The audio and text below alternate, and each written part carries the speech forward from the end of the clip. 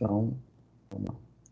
Primeiramente, bom dia. Agradeço a todos a disponibilidade de estar agora online. Ao todo, nós temos 27 participantes, tá? É um número bem legal. Apesar que a turma é um pouco grande, mas já é um número bem expressivo, tá bom?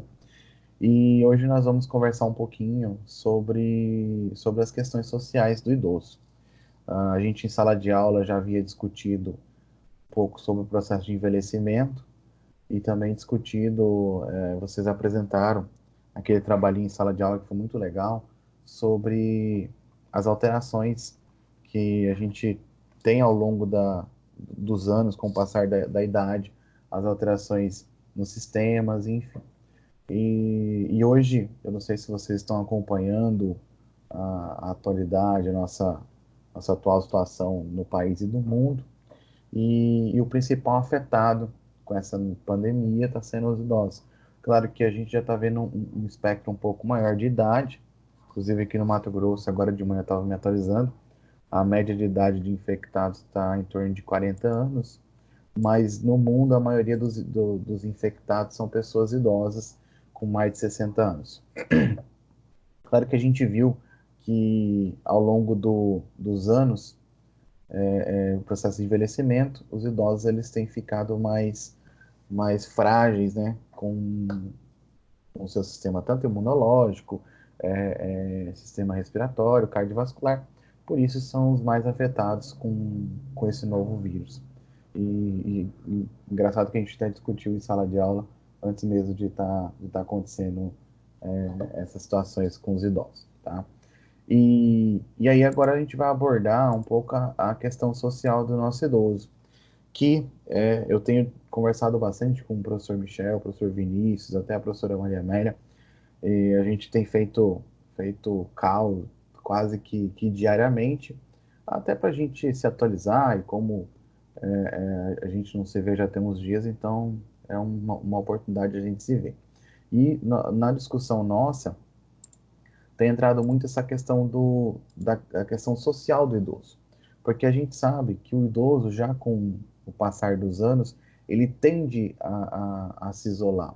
É um indivíduo que, com o passar da idade, ele já é natural dele esse isolamento. E hoje ainda mais, agora com esse processo de pandemia, infelizmente o idoso tem que ficar mais isolado ainda, até porque eles estão na zona de alto risco por conta do processo de envelhecimento, tá? Então, vamos só recapitular algumas coisas aqui antes da gente falar propriamente dito das questões sociais do nosso idoso. Então, a gente sabe que nós já vimos as influências biológicas, foi o que a gente viu em sala de aula, o processo de envelhecimento natural, mas o processo de envelhecimento dos sistemas, tá? Que a gente viu alteração do sistema nervoso, sistema músculo-esquelético, sistema respiratório, sistema cardiovascular, o sistema nervoso, sensitivo, enfim. E aí eu tenho as influências das mudanças cognitivas, que isso vai influenciar diretamente no comportamento do idoso, que aí a gente vai ter as alterações nas funções psicológicas desse indivíduo, tá? E aí nós sabemos também que esse comprometimento sensitivo e de sistema nervoso vai trazer para ele grandes riscos, até mesmo medo de sair de casa. Hoje eu tenho um idoso que ele não sai de casa não só por limitações psíquicas, mas também por limitações físicas. Ele vai ter medo de cair, ele vai ter medo de sofrer uma tontura no meio da rua, enfim, ele vai ter várias alterações físicas que podem influenciar ele no seu isolamento social. E,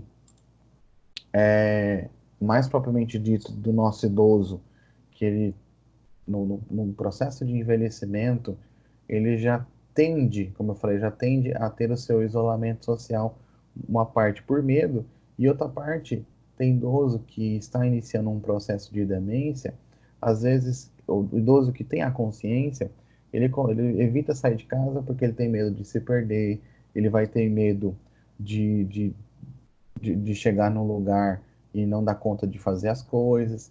Enfim, ele acaba aqui tendo esse isolamento social. E pensando nesse isolamento social, pensando nas alterações físicas e fisiológicas que já fazem parte do processo de envelhecimento, eu tenho as alterações comportamentais que está exposta aí. Primeiro, distúrbios do sono. Quem tem avós, quem mora perto de avós ou tem convívio com idosos, vai perceber muito isso. Ele dorme pouco, acorda às vezes muito cedo, ou tem um sono desregulado. A tendência do idoso é dormir menos, tá? Então, o primeiro distúrbio dele é do sono.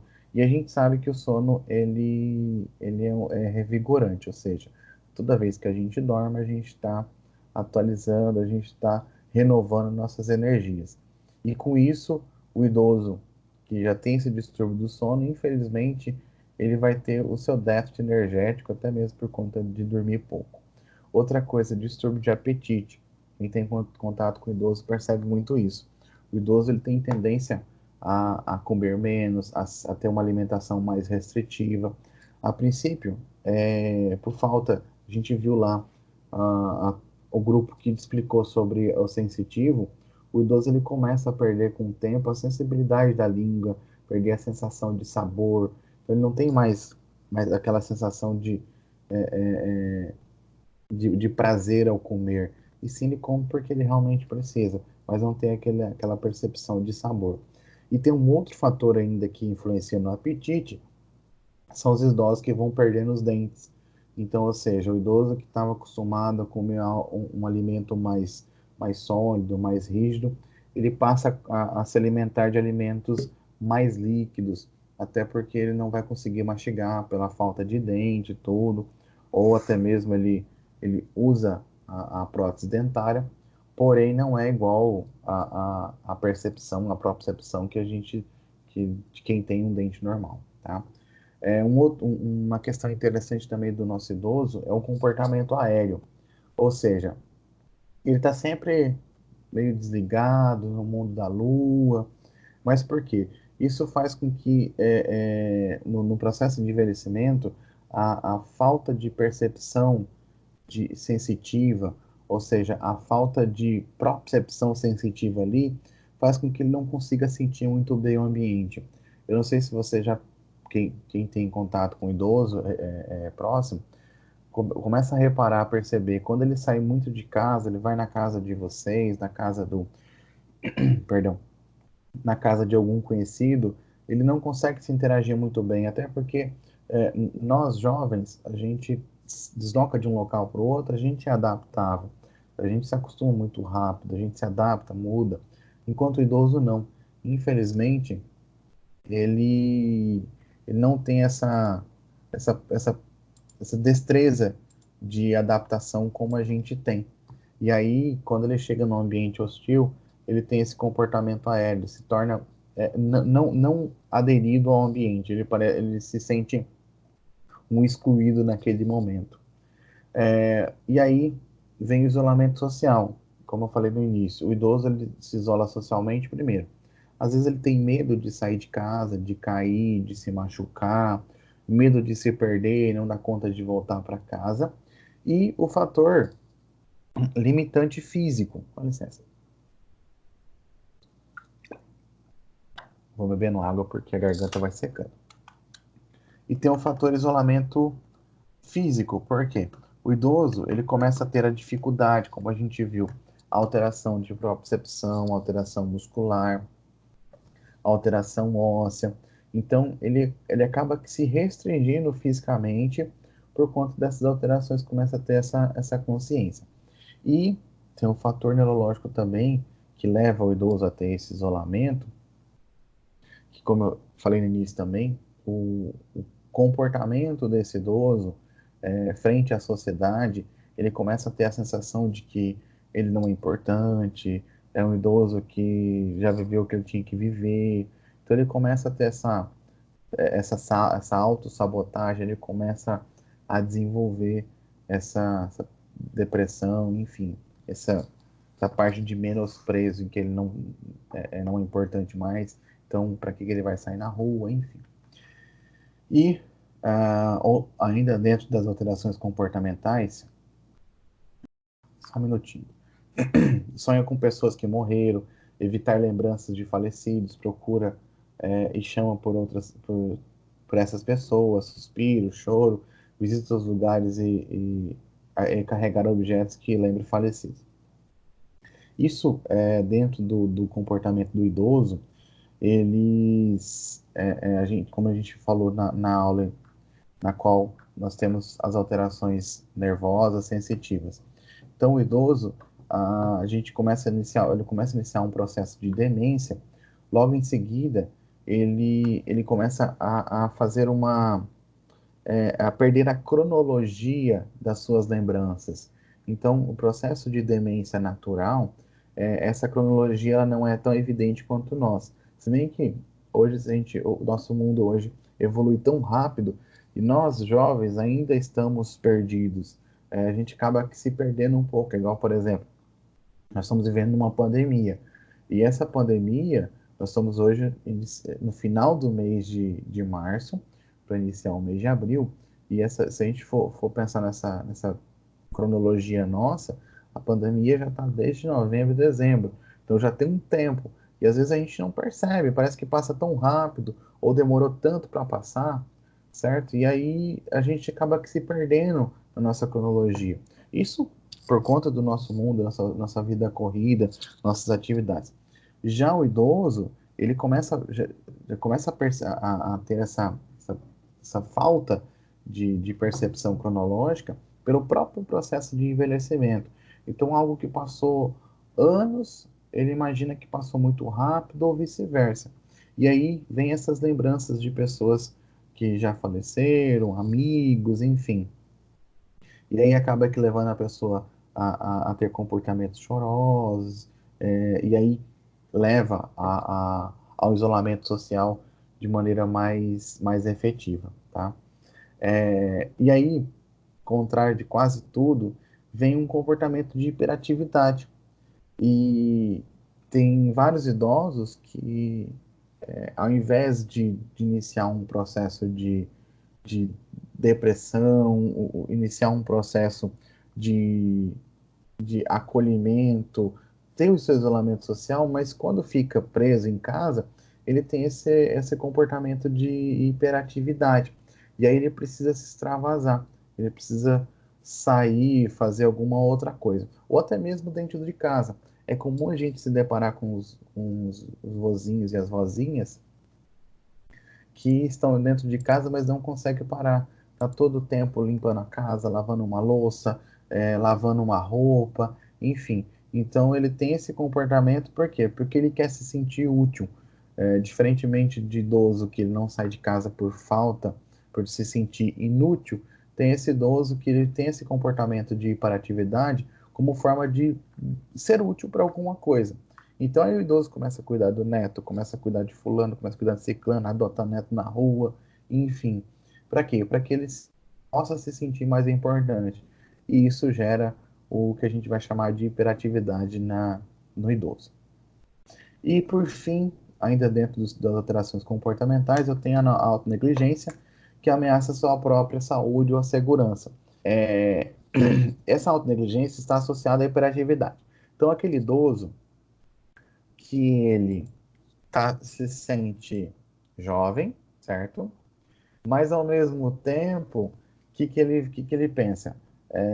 Eu já vivi o que eu tenho que viver, eu não preciso mais me preocupar com nada, e aí ele começa a ter a autonegligência, ou seja, ele sai para a rua sem preocupação, vai fazer suas atividades sem muita preocupação, sem pensar nas consequências, ou na própria segurança, na própria saúde. Hoje mesmo, não sei se vocês, ontem na verdade, não sei se vocês acompanharam o noticiário lá, Pebai Vaza Grande, eu tenho visto muitos idosos saindo para a rua para fazer compras, idosos no mercado, idosos fazendo fila para vacinação. Então, ou seja, entra nesse processo de autonegligência. Principalmente os idosos que fazem isso têm a característica de hiperatividade. Aquele idoso que está em casa, que já varreu a calçada, já limpou a casa inteira, Isso porque ele acordou 4 e meia da manhã, 5 horas no máximo, já varreu a rua, já foi na padaria, comprou pão, já fez café, deixou tudo pronto, deu 7 horas, 8 horas da manhã, já não tem mais nada que fazer, e aí ele precisa fazer alguma coisa e sabe que o postinho de saúde está aberto, o que que ele vai fazer? Vai fazer fila lá para poder tomar vacinação nesse momento de pandemia que é muito arriscado para ele, mas aí entra o processo de autonegligência que ameaça a própria saúde e a segurança, ou seja, ele sabe que não pode sair de casa, ele sabe que tem que ficar em casa, e hoje nós sabemos que dentro do processo de saúde que nós estamos vivendo, os agentes de saúde, os enfermeiros, têm saído nas casas para vacinar idosos, mas não, como ele é hiperativo, ele tem que sair de casa, ele assume a sua autonegligência e vai se arriscar a ponto de pegar o Covid-19, enfim. Então, nós temos essas alterações comportamentais. Claro que tem várias outras, mas essas são as principais que acometem os nossos idosos, bem? Pessoal, se tiver, vai me dando, quem puder, vai me dando um feedback se está tudo bem aí, se está tranquilo, dá para a gente ir nesse ritmo, precisa acelerar um pouco, como é que tá bem? Então, vai me mantendo informado, tá? Outra coisa, a forma com que esse idoso vai se relacionar com até mesmo o processo de envelhecimento, isso vai gerar para ele tanto aspectos positivos quanto aspectos negativos. Mas, a princípio, o idoso, quando ele começa a se aceitar no seu processo de envelhecimento, ele fica mais tranquilo, certo? E aqueles comportamentos tendem-se a evitar. Claro que, naturalmente, os comportamentos que eu falei anteriormente já é natural do processo de envelhecimento, mas a parte da aceitação do idoso, ou seja, ele se relacionar com o próprio processo de envelhecimento, isso facilita muito para o idoso e para o seu convívio de um modo geral, tá? Aqui, válido ressaltar aqui, ó, as relações sociais empobrecidas podem desenvolver problemas de saúde, tais como hipertensão, obesidade e sedentarismo. Por que que nós vamos ter isso? Ah, quando o idoso ele passa a ficar em casa, ou seja, tem as relações sociais empobrecidas, o que que isso nos representa? É o idoso que não está se relacionando com o próximo, não está se relacionando muito bem, não só com a sociedade, mas com a família, com os vizinhos, enfim. Isso ele passa a se privar dentro de casa. Então, nós vimos que, acho que a turma do Guilherme, que apresentou, se não me engano, a alteração muscular, que a gente até estava discutindo sobre a substituição do tecido muscular por tecido gorduroso, por gordura na nossa musculatura. Então, ou seja, isso faz com que o idoso fique mais flácido e mais enfraquecido muscularmente. E o isolamento social, o empobrecimento das relações sociais faz com que esse idoso tende a ficar em casa. A gente já sabe que o processo de envelhecimento já tem a substituição da massa muscular por uma massa gordurosa, aumentando ainda mais a fraqueza, e aí o idoso em casa tende ao sedentarismo, vai tender a engordar, enfim, isso diminui a prática de atividade física, diminuindo a prática de atividade física, a gente sabe que vai influenciar diretamente nas funções cardiovasculares, tá bom? Nesse próximo slide aqui, fatores que mais influenciam os aspectos emocionais dos idosos. Vou até pedir desculpas, acho que tem alguns erros aqui do próprio Word que não aceitou o meu acento aqui. Doenças físicas e psicoemocionais. Então, dentro do comportamento, dentro dos aspectos emocionais do idoso, como eu tenho falado, a privação da atividade ocupacional, ou seja, o idoso ele passa a se sentir menos importante, e aí a gente sabe que hoje tem um fator, pelo menos atualmente, não sei daqui nos próximos anos, com a reforma da Previdência, Mas o idoso passou de 60, 65 anos, ele já se aposenta, e aí ele é aposentado, o mercado de trabalho já não quer mais ele, já não é mais importante, porque o rendimento do idoso ele vai cair, o rendimento do seu trabalho já não é tão igual quanto um jovem. Então, o que, que vai acontecer? O idoso vai aposentar e vai ser demitido da empresa. Mas só que o idoso hoje, a gente sabe que a expectativa de vida nossa cada dia tem aumentado. O idoso hoje de 60 anos, ele é muito ativo. Eu tenho como exemplo a professora Maria Amélia.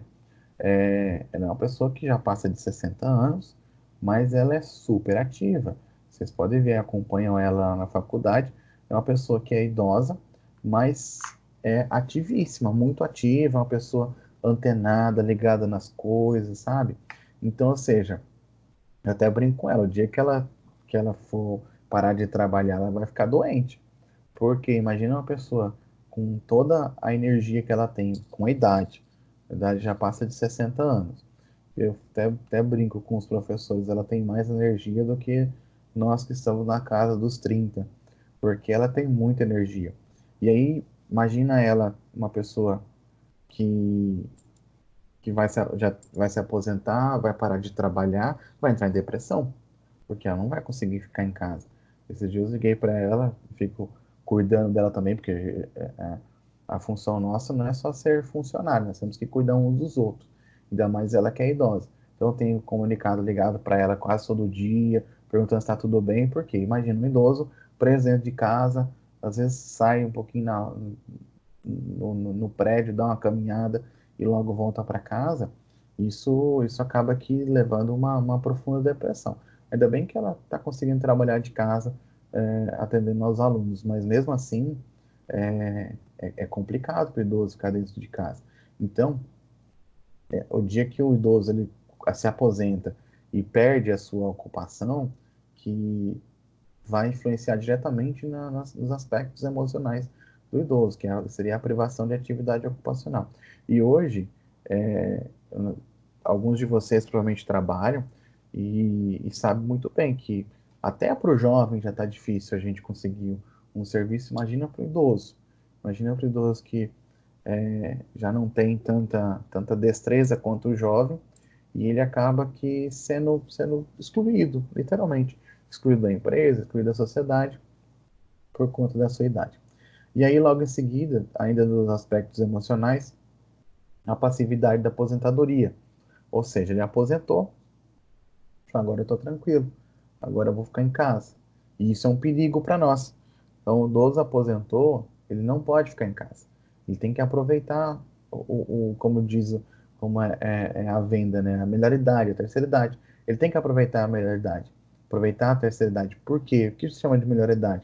Porque é a idade em que o idoso já não vai ter mais muito benefício do seu aspecto de atividade ocupacional e ele já está passivamente pela aposentadoria. Então é o momento dele aproveitar, curtir, viajar, fazer dança, participar de grupos de idosos.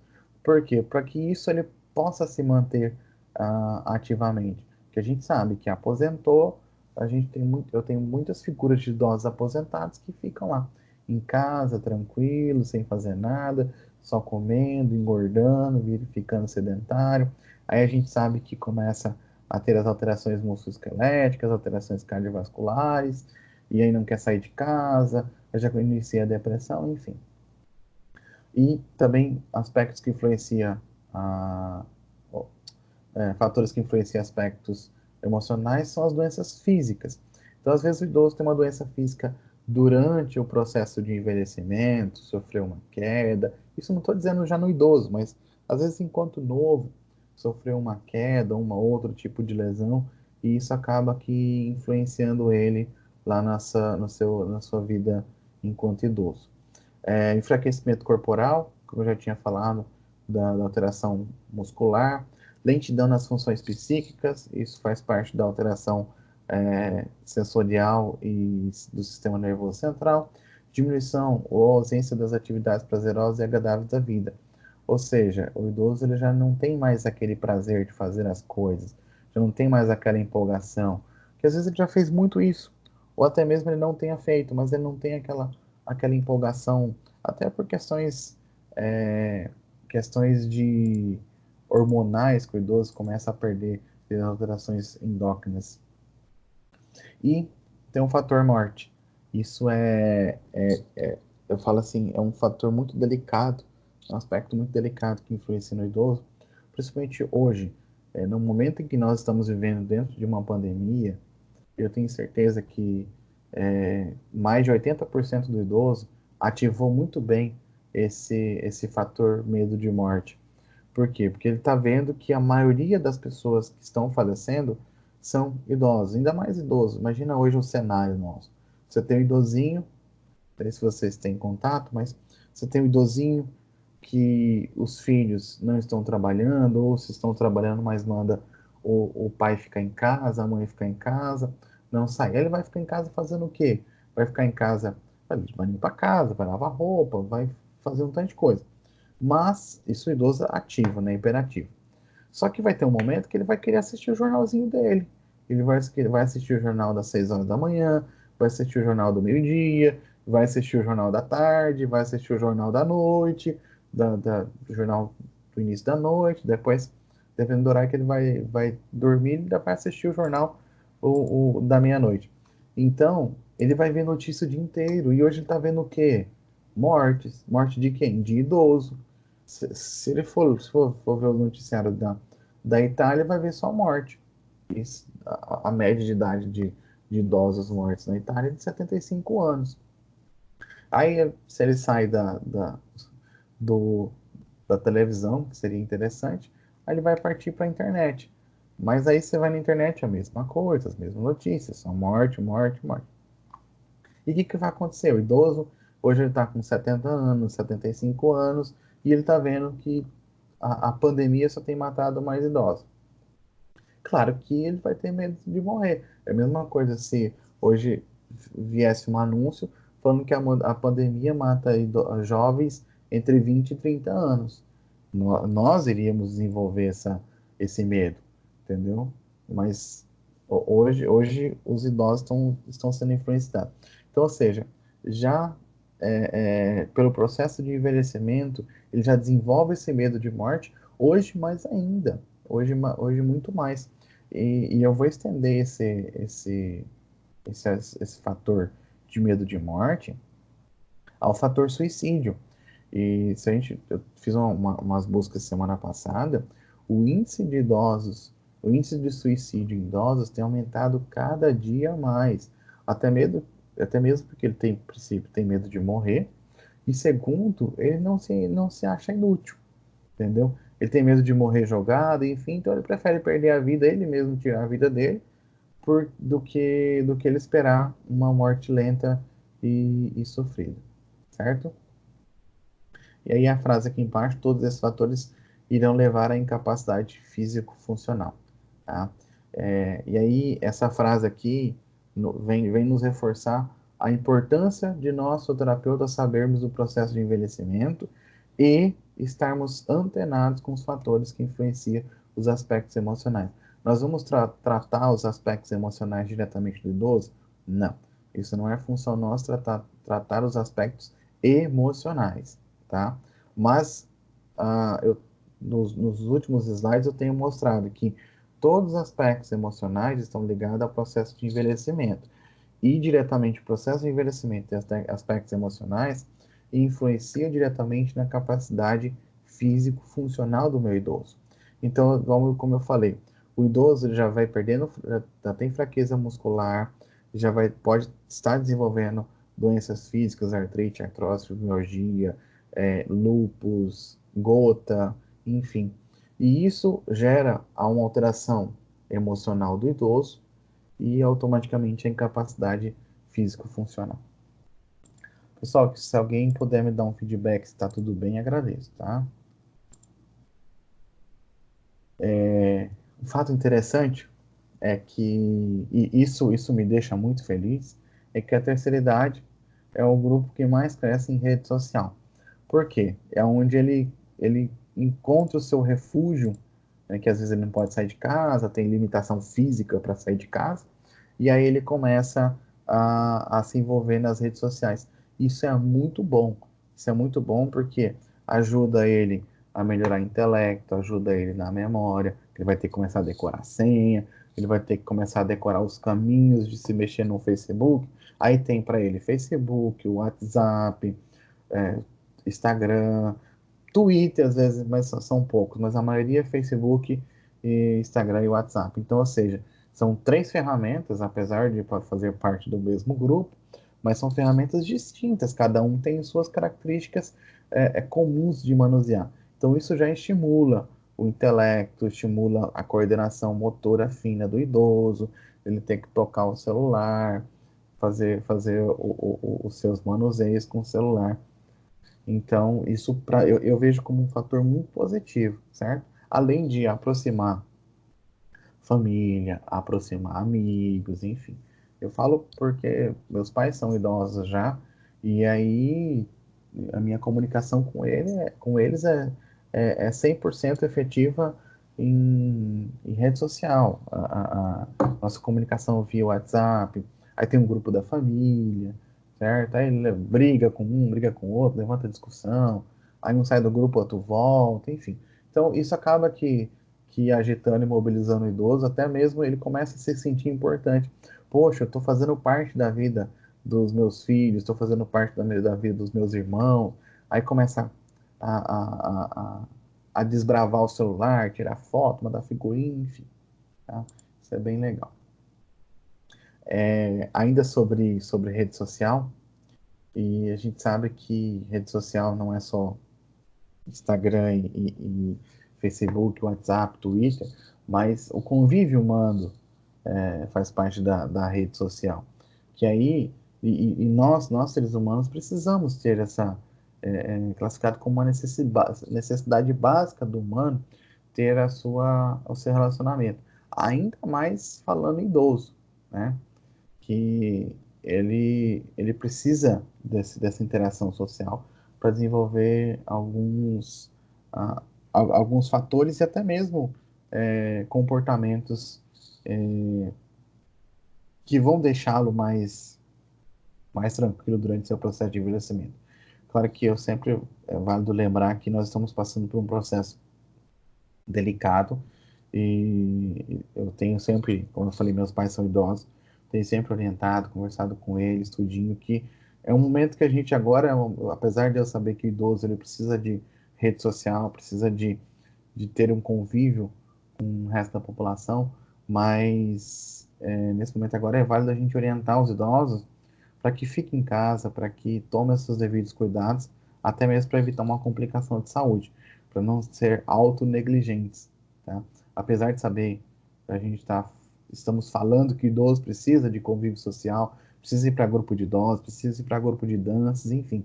Mas, mesmo assim, nós temos que ter a ciência que, no atual momento, não é aconselhável isso. Apesar de saber que isso é de grande valia para sua sobrevivência, mas nós não podemos assumir esse risco. E contudo, por isso que tem a outra rede social, Instagram, WhatsApp, Twitter, Facebook, que vai ajudar a amenizar um pouco essa deficiência do idoso. E aí, alguns exemplos de funções são dar e receber apoio emocional, então o idoso ele passa a ter isso, ter uma ajuda material, serviços e informações, crença de ser cuidado, amado e valorizado, entrar nesse sentido do desenvolvimento, ou seja, o idoso quando ele passa a viver de modo social, ele começa a se sentir mais importante. O idoso ele se sente vivo, né, na verdade. Ele começa a se sentir mais vivo e disposto. Principalmente quando eles participam de grupos, idoso gosta de celebração, né? Então isso é bem importante.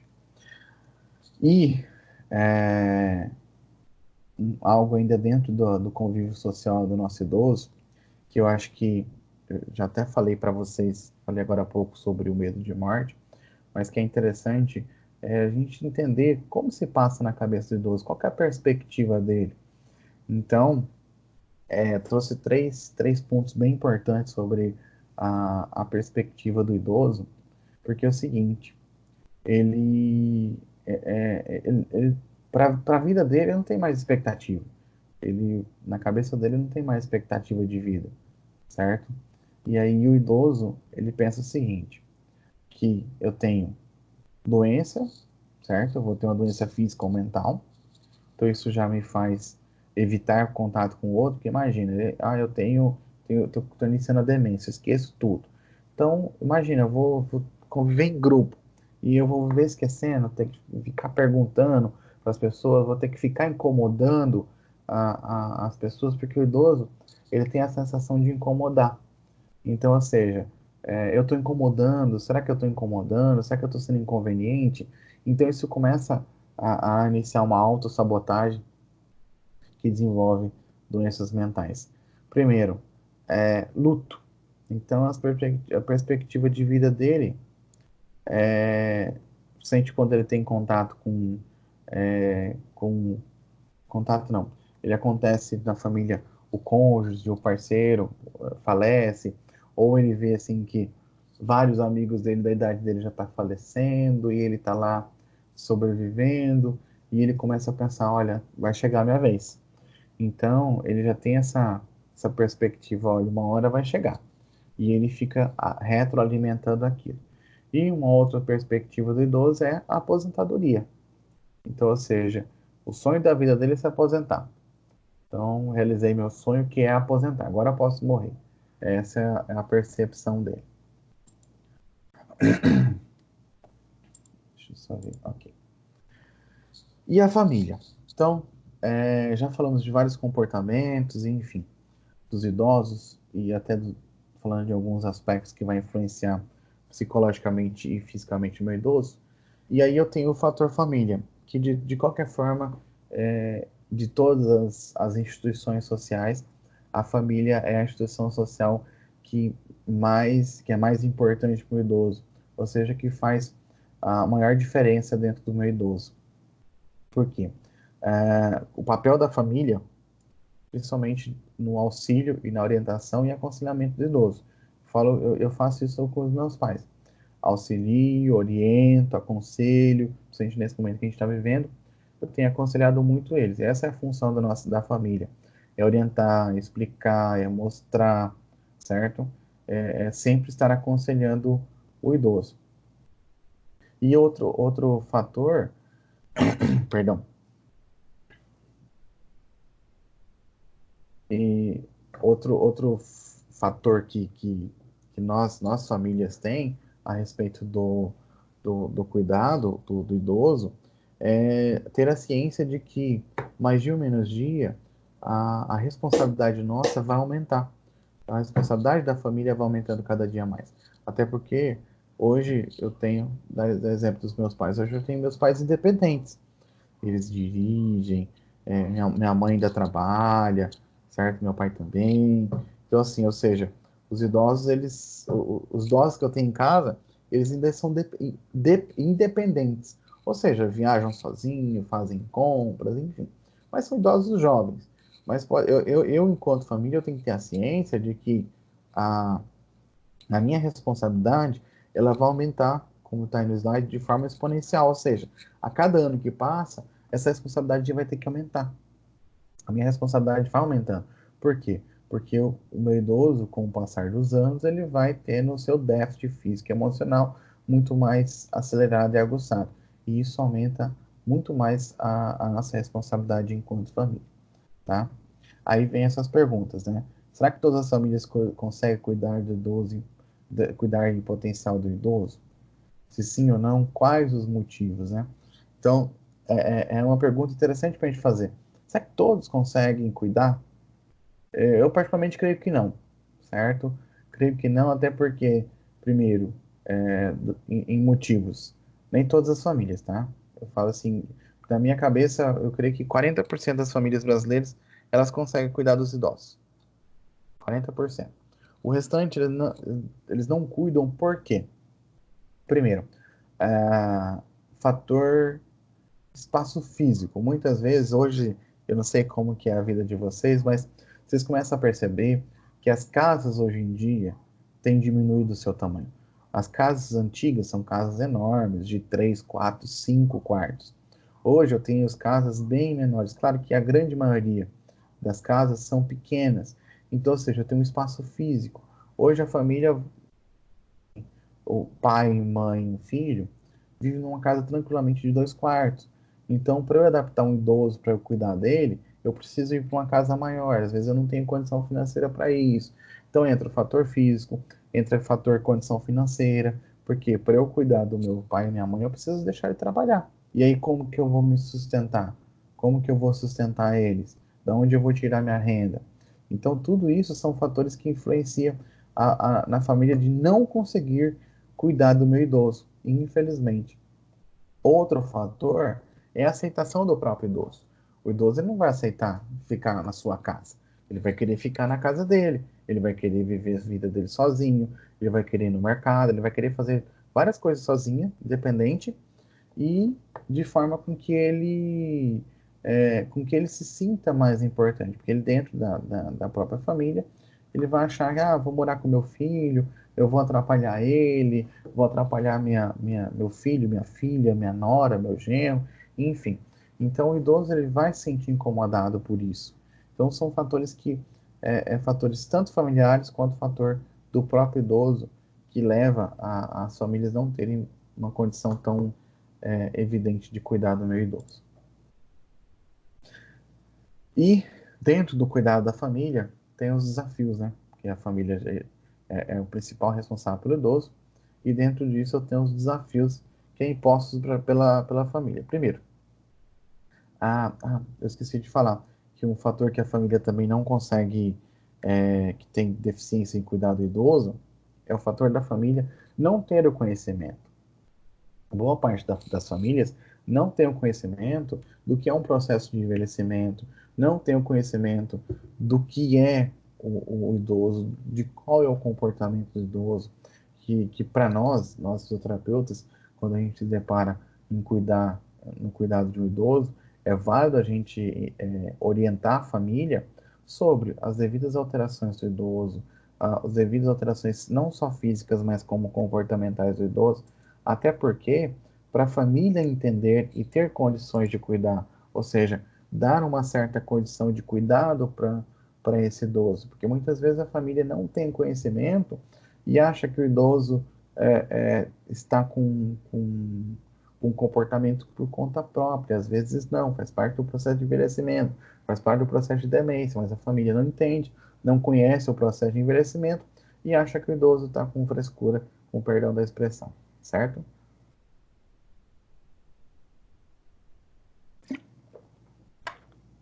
E aí, dentro do desafio da família, eu tenho o declínio fisiológico normativo do envelhecimento, que as famílias precisam entender, tá? Que é muito difícil isso, nem todas as famílias têm esse conhecimento. Outra coisa, limitações e riscos que afetam a saúde do idoso. Então, às vezes a família, a, o casal jovem é casado, tem filho e vai morar num apartamento, numa casa, mas essa casa tem escadas, ou vai morar num sobrado, enfim. E aí vai querer levar o idoso para morar com eles. Tem escada, tem degraus, então tem N fatores que vão influenciar e limitar a, a, ou limitar o idoso para que tenha esse convívio melhor. Então, a família precisa entender que existem limitações e riscos físicos que afetam a saúde do idoso. Outra coisa, mudanças sociais relativas ao afastamento da vida social. Então, hoje, eu vejo várias famílias que têm o seu idoso em casa, mas o que acontece? O idoso fica lá em casa, fica preso, por quê?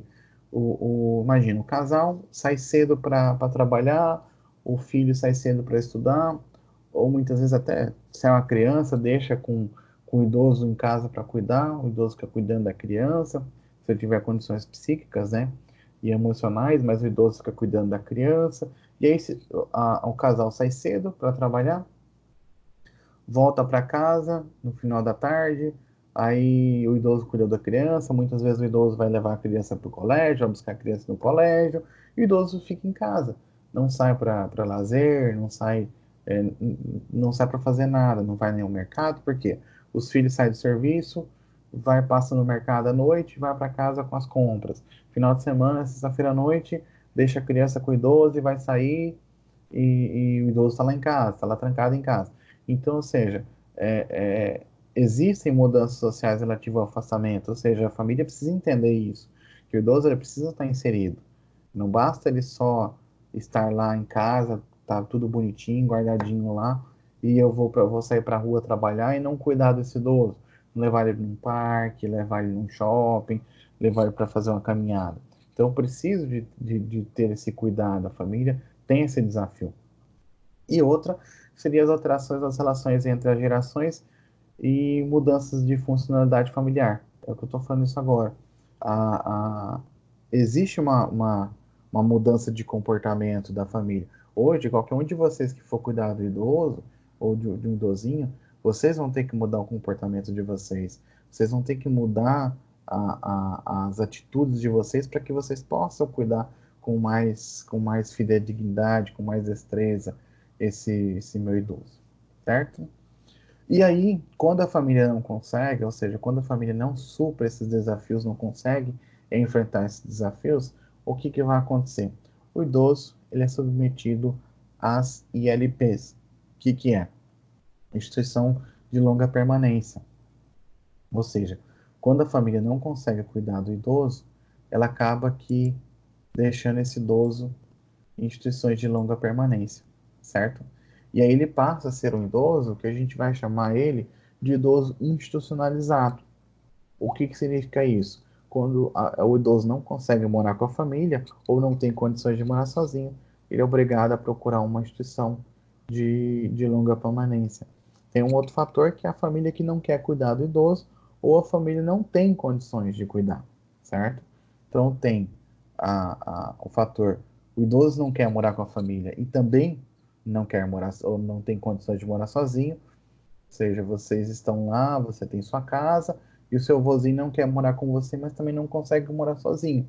E aí o idoso acaba que indo para uma instituição de longa permanência, tá? Então, isso, para nós, terapeutas, até mesmo para o idoso, nós temos que buscar entender o porquê que esse idoso é, buscou essa instituição, que pode ser um desses fatores aí, mas tem um fator mais crucial para nós, é as alterações físico-funcionais que esse idoso vai desenvolver dentro dessa instituição de longa permanência. Apesar de que boa parte das instituições de permanência, elas têm os seus profissionais de saúde, mas como dependendo da instituição, tem um recurso mais restrito, muitos idosos para poucos profissionais, então nem todos conseguem ser bem cuidados, tá? E já aproveitando de instituição de longa permanência do idoso, o que são essas? São as conhecidas como abrigo, asilo, lar, casa de repouso, clínica geriátrica ou clínica de ancião, que ou melhor, deveriam proporcionar dentro da sua instituição o acesso a assistente social, acesso a médicos, psicólogos, enfermeiro, fisioterapeutas, terapeutas ocupacionais, odontologistas e outras áreas como educador físicos, enfim. Então, dentro de uma instituição de longa permanência, que é quando o idoso não quer morar com a família, ele não tem condições de morar sozinho. Ou a família não tem condições de sustentar o idoso, certo? Então o idoso acaba aqui buscando esses abrigos, ou até mesmo a família acaba aqui levando o idoso para esse abrigo. O idoso sendo encaminhado para lá, as instituições provavelmente ditas deveriam ter ou oferecer o acesso a esses profissionais.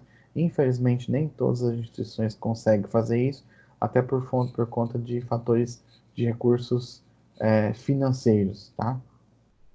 Que eles não têm esse acesso, tá bom? E dentro de uma instituição de longa permanência, foi feito vários estudos e encontraram algumas características, ou seja, características que são observadas dentro das próprias instituições. Primeiro, o grande nível de sedentarismo. Eu não sei se vocês tiveram a oportunidade de visitar alguma instituição de longa permanência aqui em Cuiabá, mas nós temos várias instituições. E nem todas, até por questões de recurso financeiro, eles têm um acesso a todos os profissionais, ou até mesmo a espaços físicos amplos, de forma com que o idoso possa realizar suas atividades. Então, muitas vezes, a instituição é pequena, é um lar pequeno, uma casa pequena, e que abriga vários idosos naquele local e possibilitando de realizar várias atividades. Então, dentro das características observadas nas instituições de longa permanência, tem o grande nível de sedentarismo, ou seja, o idoso ele mantém-se sedentário. Já sabemos que ao longo do processo de envelhecimento, o idoso tende a ser inativo, tende a ficar mais isolado, tende a ficar é, é, mais passivo, né? Então, aproveitando o momento da instituição de longa permanência, esse risco acaba que se agravando. Outra coisa, carência afetiva. Eu creio que no primeiro semestre de vocês devem ter visitado lá no Prairinho, eu esqueci o nome de uma instituição que tem ali, Irmã Dulce, se eu não me engano. Não sei se vocês chegaram de visitar, eu creio que sim, que no primeiro ou segundo semestre, ou a PAI, enfim, vocês devem ter visitado. Então, ou seja, qual que é a característica que a gente vê lá dentro? Idosos que têm carência afetiva. Por quê? Os profissionais de saúde vão lá, atendem o idoso incisivamente e logo vai embora. Então não fico ali conversando, trocando uma ideia e dando aquele afeto, aquele carinho. E as pessoas que estão ali no dia a dia cuidando, que são os cuidadores de idosos, às vezes também não tem como, que são vários idosos, o número é expressivo pelo número de funcionários que tem lá. Então o idoso acaba tendo essa carência afetiva dentro dessa, dentro da instituição. E com isso, é, dificulta muito, muito, muito tanto a vida dele quanto a vida nossa. E quando vocês, alunos de primeiro e segundo semestre, vão visitar os idosos, eles adoram, eles vão conversar, ficam conversando com vocês horas e horas, e ficam muito tristes quando vocês vão embora, porque eles têm essa carência afetiva. Outra coisa que é observada dentro das instituições é a perda de autonomia por incapacidade física ou mentais. Ou seja, o idoso de ficar dentro daquela instituição, não sair no convívio social, não sair para a rua, não ter contato com o mundo lá fora, ele vai perdendo com o tempo a sua incapacidade física. E aí entra aquela lei do uso e desuso, né? A lei do nosso corpo. Não está usando, está em desuso, o organismo ele passa a oferecer menos nutrientes e com isso o idoso ele vai ficando mais debilitado. Outro fator, outra característica é a ausência de familiares para ajudar no autocuidado. Tem muitas famílias que vê o idoso como um peso, certo? Vê como uma carga.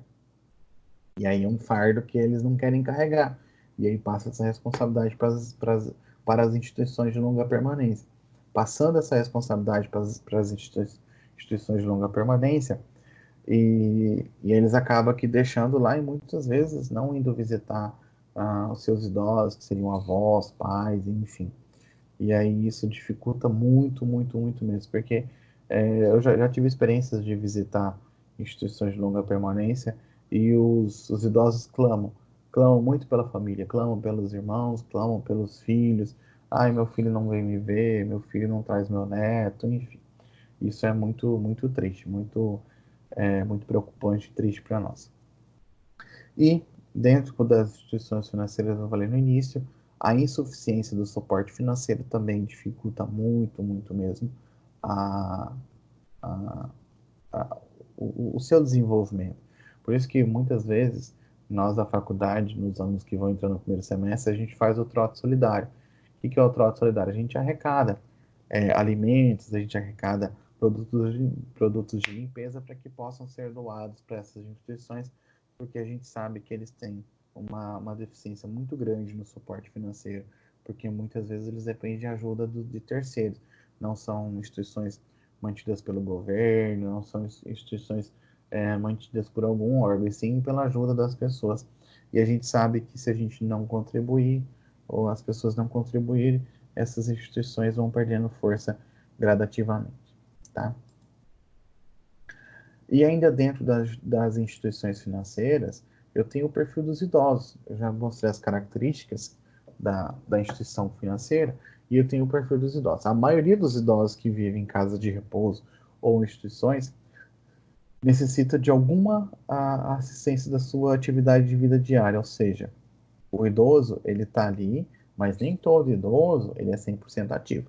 Claro que dentro das instituições, os idosos que são ativos, eles são incentivados a cuidar dos idosos inativos, ou seja, os idosos com uma certa deficiência. Mas a gente sabe que o idoso não vai cuidar tão bem quanto...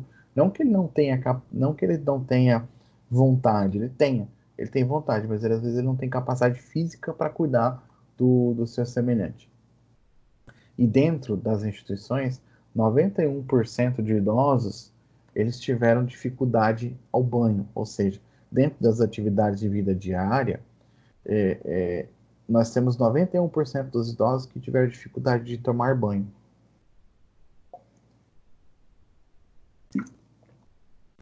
Ou seja, se 91%, vamos pensar, de 100 idosos institucionalizados, 91 vão ter dificuldade de tomar banho, ou seja, 9 idosos conseguem tomar banho sozinhos. É um número importantíssimo de dependência. Ou seja, se eu tenho poucos cuidadores, infelizmente nem todo idoso vai conseguir realizar um, um ou dois banhos por dia, às vezes nenhum. Eu sei que tem instituições que revezam. Uma quantidade de idosos toma banho hoje, outra quantidade de idosos toma banho amanhã. Isso parece ser um absurdo para nós, mas é a realidade. Por quê? Porque a maioria dos idosos que estão lá, eles têm dependência, ou seja, necessita de alguma assistência para tomar banho. Mesmo com cadeira de banho, eles têm essa dificuldade. E aí eu não posso colocar um outro idoso para dar banho nesse idoso. Porque o risco é muito maior. Porque vai que um escorrega, o outro tenta segurar, os dois caem. Então, eu vou gerar um risco muito maior. Portanto, é um número, eu falo que é um número expressivo e preocupante para nós. Apesar que o estudo é um pouco antigo, mas isso não foge muito da nossa realidade, tá? Outra coisa, 78% dos idosos têm dificuldade de se vestir.